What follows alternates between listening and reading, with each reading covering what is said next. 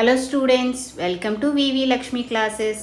మనం inter first year మ్యాథమెటిక్స్లో sequences and series chapter నేర్చుకుంటున్నాం కదా. జామెట్రిక్ ప్రోగ్రెషన్కి సంబంధించి 8.2 అనే ఎక్సర్సైజ్ సాల్వ్ చేస్తున్నాం.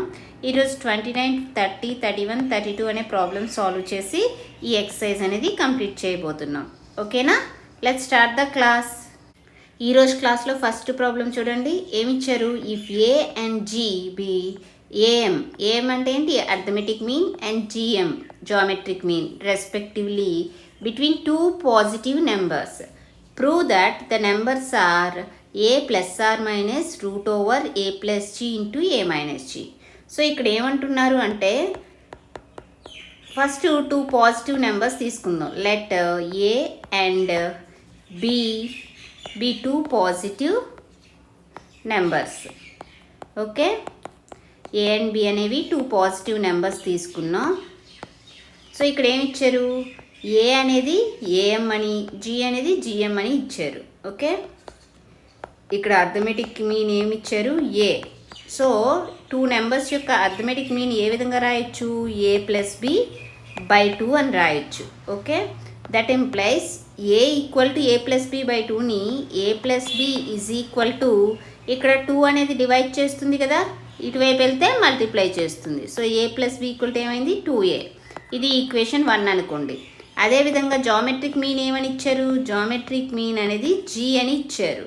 అయితే టూ నెంబర్స్ తెలిసినప్పుడు జామెట్రిక్ మీన్ అనేది ఏ విధంగా ఉంటుంది? Square root of AB.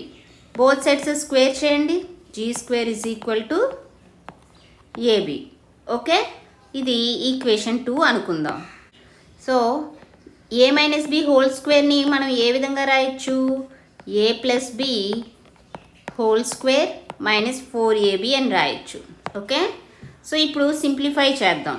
Simplify చేసి ఏబి వాల్యూస్ అనేది ఫైండ్ చేయాలి. ఓకేనా? So A minus B whole square is equal to ఏంటి? ఏ ప్లస్ బి హోల్ స్క్వేర్. ఏ ప్లస్ బి అంటే ఇక్కడ value 2a whole square minus ఏంటి? 4ab మైనస్ 4 ఇంటూ ఏబి అంటే ఇక్కడ ఏంటి? G square. సో ఏమవుతుంది? Minus 4 into G square. 2a square అంటే 2 square అంటే 4a square minus 4 into G square 4g square. Okay, so ఇదేంటి? A minus B whole square value. దీని నుంచి ఏ మైనస్ బి ఏమవుతుంది? బోత్ సైడ్స్ స్క్వేర్ రూట్ చేస్తే కనుక ఇక్కడ స్క్వేర్ క్యాన్సిల్ అవుతుంది. ఇదేమవుతుంది? Square root of 4a square minus 4g square. So ఇక్కడ రెండిట్లోని 4 అనేది కామన్ తీయండి. ఏమవుతుంది? 4 into A square minus G square, and square root of 4 అంటే 2 అవుతుంది. Square root of A square minus G square. So ఇది A value? A minus B value.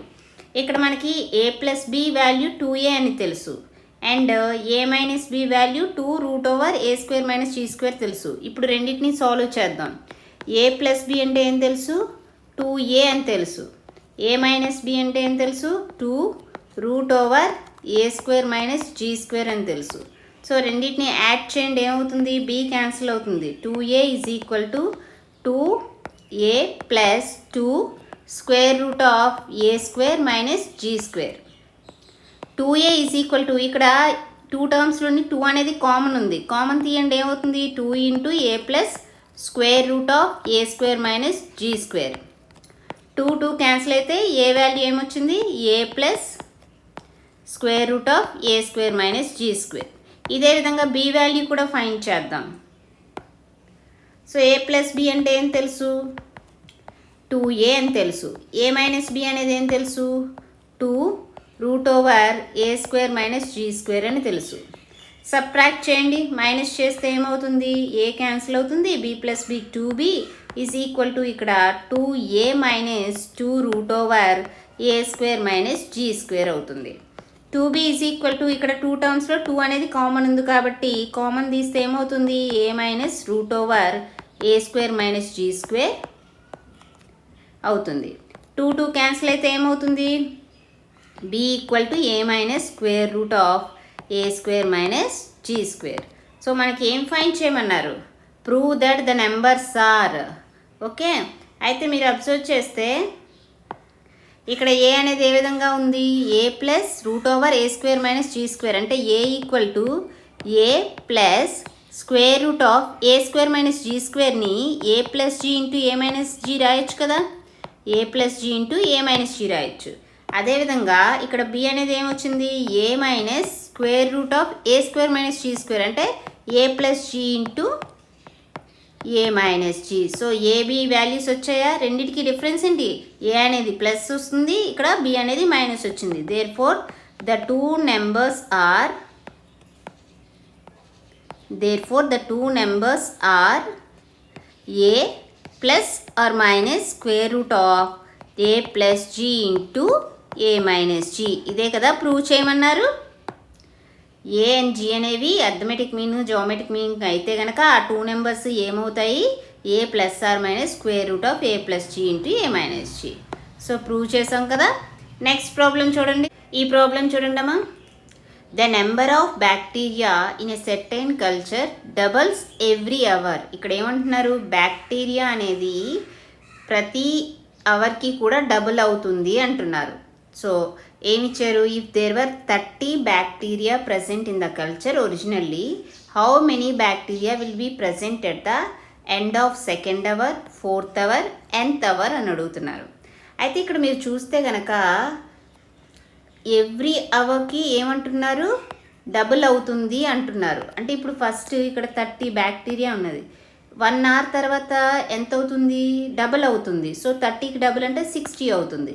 Again 1 hour తర్వాత ఇదేమవుతుంది, double అవుతుంది, అంటే 120 అవుతుంది. సో అని ఆ విధంగా ఇక్కడ డబుల్ అవుతూ పోతుంది. అంటే ఏంటి, అక్కడ కామన్ రేషియో అనేది ఉన్నట్టు. సో అక్కడ ఏమి ఇచ్చారు, కామన్ రేషియో అంటే జామెట్రిక్ ప్రోగ్రెషన్ ఇచ్చారని అర్థం. సో జామెట్రిక్ ప్రోగ్రెషన్ అంటే ఇక్కడ మనం మెయిన్ ఫస్ట్ టర్మ్ ఏంటనేది తెలియాలి, అదేవిధంగా రేషియో అనేది తెలియాలి కదా. సో అది ఏ విధంగా రాస్తున్నానో చూడండి. ఓకే, సో ఇప్పుడు చూడండి ఇక్కడ ఏమంటున్నారు,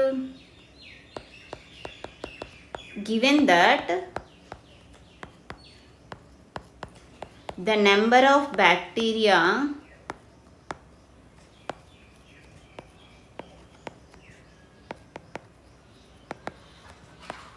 ఆఫ్టర్ ఎవ్రీ అవర్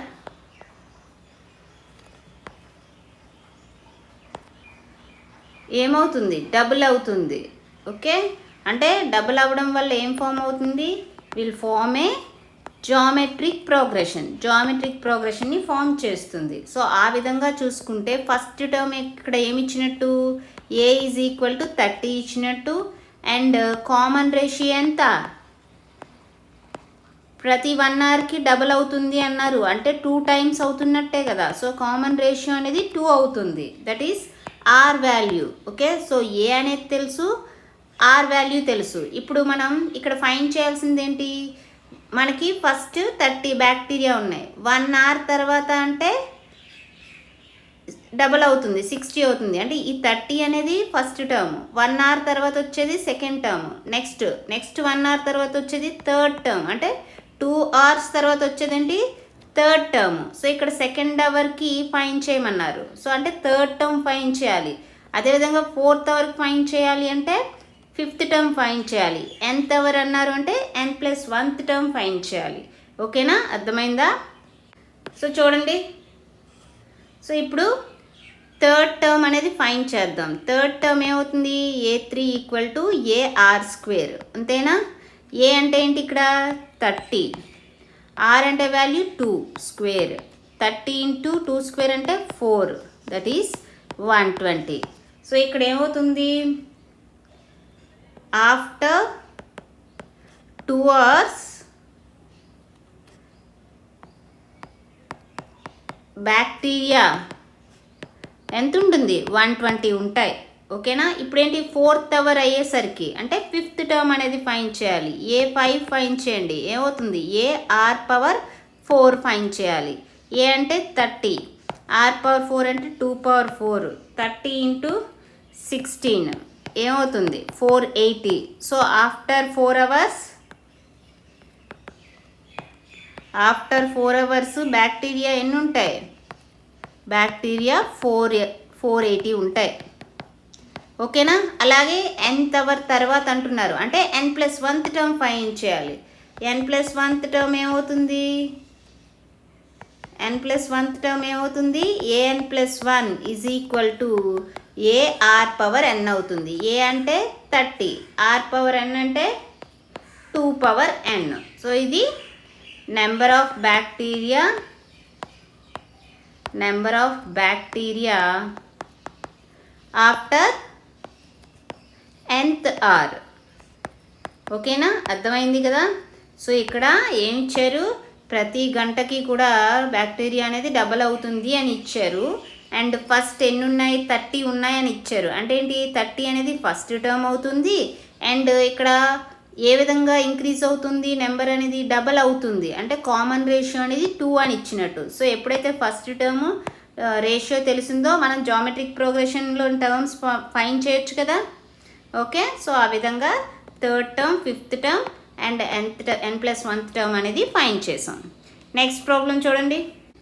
ఈ ప్రాబ్లం చూడండి అమ్మా, ఏమంటున్నారు, what will 500 rupees amount to in 10 years after deposit in a bank which pays interest rate of 10% compounded annually అంటున్నారు. సో ఇక్కడ ఏమంటున్నారంటే 500 రూపీస్ బ్యాంక్లో డిపాజిట్ చేయడం జరిగింది. సో ఏమిచ్చారు, given that 500 rupees deposited in a bank. Okay, అయితే ఇక్కడ ఏంటంటున్నారు, annually compound interest 10% చొప్పున ఇస్తున్నారు. ఆ విధంగా ఇస్తే కనుక 10 yearsకి ఎంత అవుతుంది అని అడుగుతున్నారు. సో ఆఫ్టర్ 1 year ఎంత అవుతుందో చూడండి. ఆఫ్టర్ 1 year ఎంత అవుతుంది, 500 ఇంటూ ఎంత ఇంట్రెస్ట్, 10% కదా, 1 + 1/10 ఈజ్ ఈక్వల్ టు 500 ఇంటూ ఇక్కడ ఏంటి ఎల్సిఎం 10 అవుతుంది. సో ఇక్కడ 1 ఉంది కాబట్టి 1 × 10, 10 + 1 is equal to 500 into 11/10, that is 500 into 1.1. So అంటే ఆఫ్టర్ 1 year తర్వాత ఎంత ఇంట్రెస్ట్, 1.1. ఈ విధంగా ఇప్పుడు మీరు అబ్జర్వ్ చేస్తే మనకి ఏదైతే అమౌంట్ డిపాజిట్ చేశారో అది ఫస్ట్ టర్మ్ అనుకోండి 500. అండ్ ఇక్కడ కామన్ రేషియో అనేది R ఏమవుతుందంటే, కామన్ రేషియో R అనేది 1.1 అవుతుంది. ఓకే, సో మన అమౌంట్ ఎప్పుడు ఫైండ్ చేయాలి, ఆఫ్టర్ 10 years ఫైండ్ చేయాలి. ఓకేనా, ఆఫ్టర్ 10 years అంటే 11th టర్మ్ అనేది ఫైండ్ చేస్తే సరిపోతుంది. సో ఇక్కడ 11th టర్మ్ అనేది ఏమవుతుంది, 11th టర్మ్ అనేది after 10 years. So after 10 years అనేది 11th టర్మ్ కదా. 11th టర్మ్ అంటే ఏ విధంగా ఉంటుంది, ar⁴11 - 1 అంటే ఏమవుతుంది 10. ఏ అంటే వాల్యూ ఏంటి 500 ఇంటూ R అంటే 1.1 power 10. So this is the amount. Okay, 10 years తర్వాత ఇంత అమౌంట్ అనేది అవుతుంది. ఓకేనా, అర్థమైంది కదా. సో ఇక్కడ మనం కామన్ రేషియో అనేది తెలుసుకున్నాం. కామన్ రేషియో తెలిసింది కాబట్టి ఆఫ్టర్ 10 years ఎంత అవుతుంది అనేది ఈజీగా ఫైండ్ చేసాం. ఓకేనా, నెక్స్ట్ ప్రాబ్లం చూడండి. ఇక్కడ చూడండి అమ్మా, ఏమి ఇచ్చారు, if AM GM of roots of a quadratic equation are 8 and 5 respectively, then obtain the quadratic equation అంటున్నారు. సో ఇక్కడ మనం ఏం ఫైండ్ చేయాలి, క్వాడ్రాటిక్ ఈక్వేషన్ అనేది ఫైండ్ చేయాలి. సో ఏమి ఇచ్చారు, క్వాడ్రాటిక్ ఈక్వేషన్ యొక్క రూట్స్ ఉంటాయి కదా, ఆ రూట్స్ యొక్క అర్థమెటిక్ మీన్, జామెట్రిక్ మీన్ అనేది ఇచ్చారు. వాటిని యూజ్ చేసుకొని క్వాడ్రాటిక్ ఈక్వేషన్ అనేది ఫైండ్ చేయాలి. నార్మల్గా మనకి రూట్స్ అనేవి తెలిసినప్పుడు క్వాడ్రాటిక్ ఈక్వేషన్ అనేది ఏ విధంగా ఉంటుంది, ఫస్ట్ రూట్స్ కన్సిడర్ చేద్దాం. Let AB be the roots of the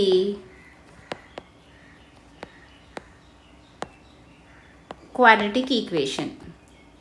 okay, AB అనేవి రూట్స్ అని తీసుకున్నా. అయితే మనకి క్వాడ్రాటిక్ ఈక్వేషన్ ఏ విధంగా ఉంటుంది, required quadratic equation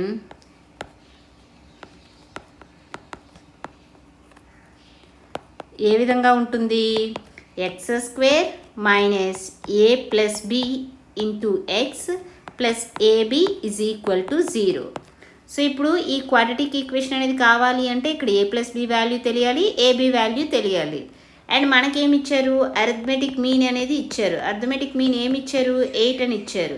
so AB అనేవి 2 నెంబర్స్ అని తీసుకున్నప్పుడు వాటి యొక్క అర్థమెటిక్ మీన్ ఏ విధంగా రాయొచ్చు, a plus B by 2 is equal to 8. That implies a plus B equal to 2 into 8 ఏమవుతుంది, 16 అవుతుంది. అదేవిధంగా జామెట్రిక్ మీన్ అనేది ఏమి ఇచ్చారు, జామెట్రిక్ మీన్ 5 అని ఇచ్చారు. సో 2 నెంబర్స్ ఏబి యొక్క జామెట్రిక్ మీన్ ఏమవుతుంది, square root of AB equal to 5. Both sides square చేస్తే ఏబి ఈక్వల్ టు 5 స్క్వేర్ అంటే 25 అవుతుంది. సో ఇప్పుడు ఏ ప్లస్ బి తెలుసు, ఏబి తెలుసు. కాబట్టి ఏమో రిక్వైర్డ్ క్వాడ్రాటిక్ ఈక్వేషన్ ఏ విధంగా ఉంటుంది, రిక్వైర్డ్ క్వాడ్రాటిక్ ఈక్వేషన్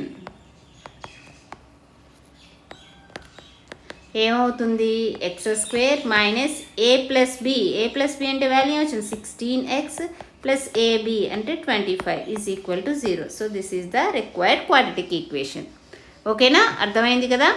సో ఈ క్లాస్లో మనం ఎక్సైజ్ 8.2 నుంచి ప్రాబ్లం నెంబర్ 29, 30, 31, 32 అనేది సాల్వ్ చేసాం కదా. సో ఈరోజు 8.2 అనే ఎక్సైజ్ కంప్లీట్ అయింది.